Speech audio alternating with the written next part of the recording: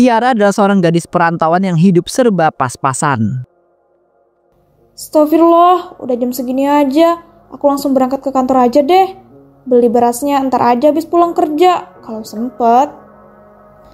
Ini si Gilang ngapain coba pakai acara nelpon segala? Orang lagi buru-buru juga.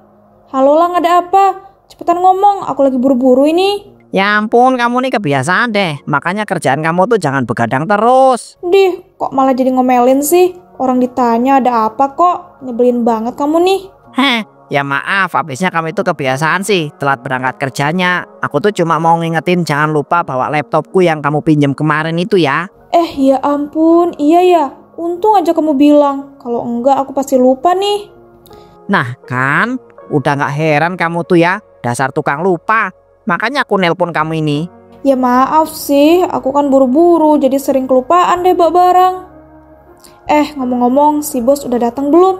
Katanya hari ini mau ada pemeriksaan. Kamu itu gak baca grup apa? Pemeriksaannya dibatalin karena bos ada rapat mendadak di luar kota. Alhamdulillah. Kalau gitu mah aku datang telat juga gak apa-apa deh. Ini anak malah nekat. Udah, mending kamu buruan ke kantor ya. Iya, aku berangkat ke kantor. Ya udah kalau gitu, aku tutup dulu teleponnya. Kebiasaan banget dah. Belum juga selesai ngomong udah asal ditutup aja teleponnya. Kalau gitu mending sarapan di kantin dulu lah.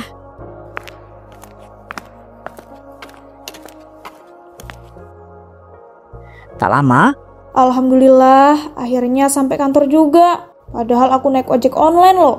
Tapi ya ampun macetnya itu. Mana tadi pakai acara gerimis segala. Hari ini tuh kayaknya bukan hari yang beruntung deh buat aku. Tiara, baru sampai kamu ya? Oh iya, kamu bawa laptopku kan?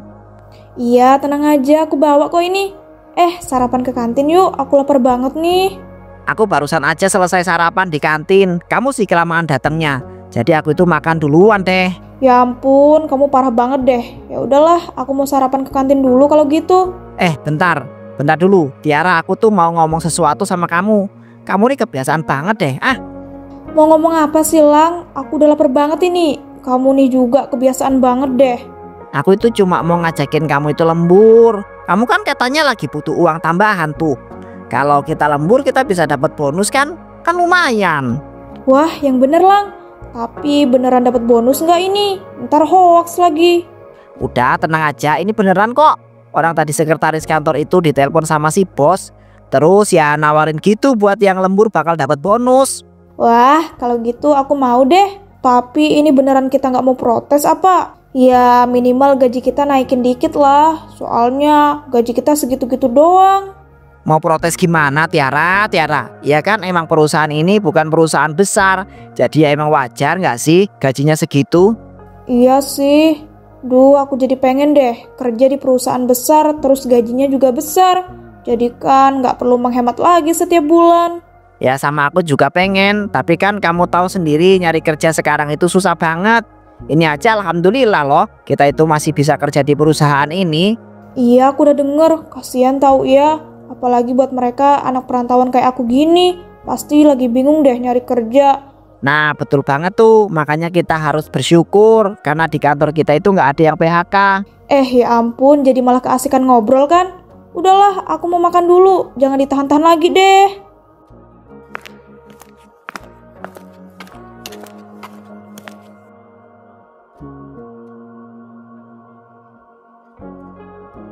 Saat pulang dari lembur, Ya ampun, ternyata ngelembur itu capek banget ya Lang. ya iyalah makanya buat yang ngelembur itu emang seharusnya dapat bonus. Betul tuh, untung aja kamu ngajakin aku ngelembur. Jadi aku bisa dapat uang tambahan deh. Makasih ya Lang.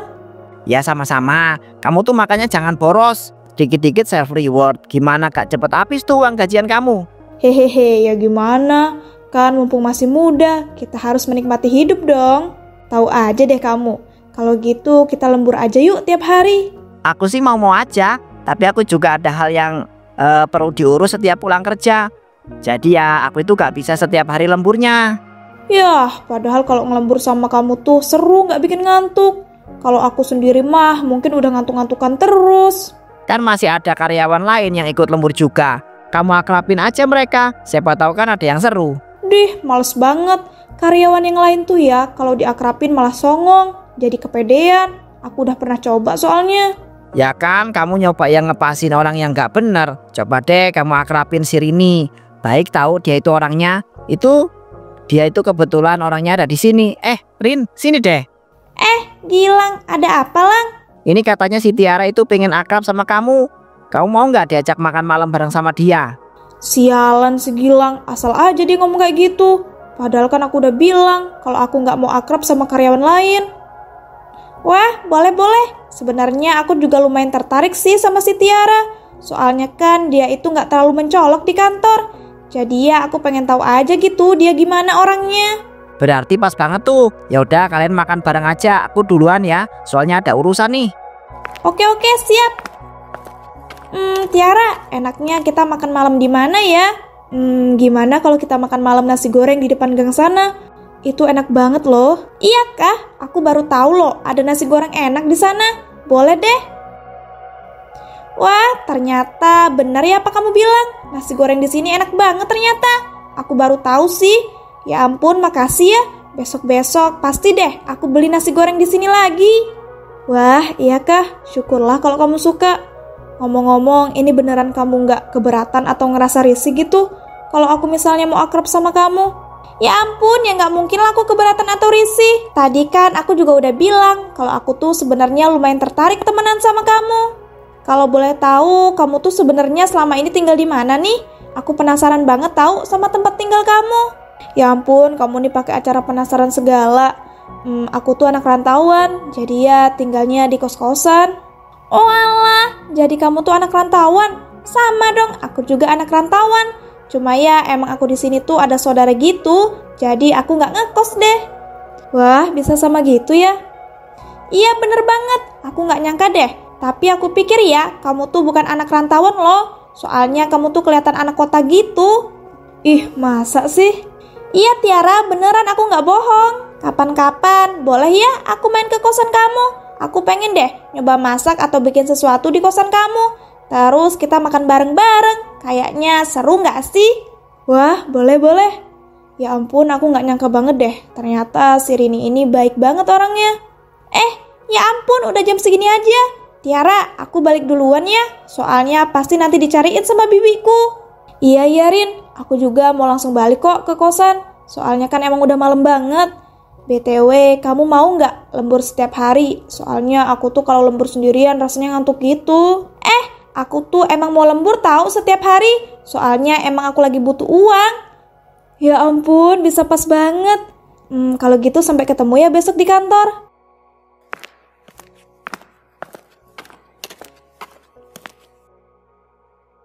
Akhirnya sampai juga di kos-kosan. Ya ampun, rasanya capek banget deh. Untung aja, tadi aku udah sekalian makan malam. Jadi kan aku nggak perlu beli makanan lagi. Bentar, itu kok rumah mewah di depan sana tumben banget gerbangnya dibuka. Biasanya kan ditutup. Ya ampun, gila. Itu cowok siapa lagi? Ya ampun, ganteng banget. Apa jangan-jangan dia yang punya ya rumah itu? Soalnya kelihatan gitu dari penampilannya. Tiara, kamu nih pulangnya kok malam-malam gini sih? Kan ibu udah bilang, jadwal pulang di kosan itu ndak boleh malam-malam. Ya ampun, ibu kos bikin kaget aja sih. Maaf bu, aku tuh tadi ngelembur di kantor. Jadi mungkin besok-besok aku bakal pulang jam segini terus. Boleh ya bu, soalnya ini aku lagi nyari uang tambahan. Kan buat bisa bayar kosan juga nanti. Ya udah boleh. Kasihan juga ibu lihat kamu lama-lama. Kamu kan anak rantau. Alhamdulillah, makasih ya bu. Ibu kos baik banget deh. Bu, ngomong-ngomong, ibu tahu nggak cowok yang punya rumah mewah di depan sana? Soalnya aku baru lihat ini, biasanya kan rumahnya kosong terus. Walah Jan, kalau nggak salah itu namanya Raka. Dia itu pengusaha muda yang udah sangat sukses loh. Dia aja ya udah punya perusahaan dan rumah mewah di mana-mana. Jadinya emang tuh dia tuh jarang gitu netap lama. Tapi kali ini dia katanya mau netap lama di rumah yang ada di sini. Soalnya katanya ada proyek besar yang mau diurus. Dan juga ya, dia itu dari keluarga yang Islami banget. Jadi katanya dia itu mau nyari calon istri yang benar-benar paham agama. Ya ampun, si Raka itu idaman banget deh. Udah ganteng, kaya, dari keluarga Islami lagi. Bisa nggak ya aku punya suami kayak dia nanti? Apa aku incer dia aja? Tapi emangnya dia mau sama aku? Aha, aku punya ide bagus nih. Heh, Tiara, kok kamu malah ngelamun sih? Mana senyum-senyum sendiri pula? Kamu tuh dengerin nggak sih apa yang ibu omongin dari tadi? Iya bu, denger kok. Makasih ya bu atas infonya. Kalau gitu aku masuk dulu ya ke kosan, soalnya capek banget hari ini. Walah, ya udah kalau gitu. Ibu juga udah mau tidur ini aslinya.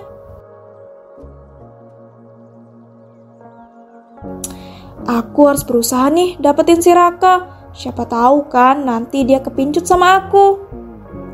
Apalagi aku udah punya ide bagus nih. Kalau aku pura-pura jadi soleha terus pakai cadar, kayaknya bisa deh menarik perhatiannya dia. Duh, tapi kan aku nggak punya pakaian islami kayak gitu, apalagi cadar. Kalau gitu aku pesan online aja deh. Wah, ternyata baju muslim sama cadarku udah datang. Sekarang waktunya aku ganti baju terus pakai cadar deh. Abis itu langsung caper ke Raka. Wih, ternyata kalau pakai baju muslim dan cadar kelihatan alim banget ya aku ini. Ini mah udah jelas, pasti si Raka bakal tertarik sama aku. Kalau gitu gas lah, aku pura-pura lewat di depan rumahnya terus nggak sengaja jatuh gitu. Di depan rumah Raka. Ya ampun, itu mbak-mbak kenapa ya kok tiba-tiba jatuh gitu? Coba deh aku tolongin, siapa tahu dia itu butuh bantuan kan? Mbaknya nggak apa-apa. Makasih ya mas, udah mau bantuin saya. Masya Allah, mbaknya islami banget pakai cadar. Saya jarang banget loh lihat wanita bercadar di daerah ini. Ya ampun masnya, biasa aja kok. Kan aslinya emang pakaian wanita seharusnya menutup aurat gini. Ya bener banget, ngomong-ngomong, nama mbak siapa? Kenalin, nama saya Raka. Nama saya Tiara mas. Ngomong-ngomong, mbaknya tuh suka ikut kajian kak di daerah sini. Saya tuh sebenarnya pengen tahu mbak ikut kajian-kajian yang ada di daerah sini. Walah, saya udah biasa kok mas ikut kajian-kajian di daerah sini. Kebetulan di daerah sini juga sering loh ngadain kajian. Nah, pas banget mas, besok sore itu ada kajian di masjid depan sana. Kalau mas mau, mas bisa kok berangkat bareng saya. Wah, yang bener mbak, kalau gitu saya mau deh.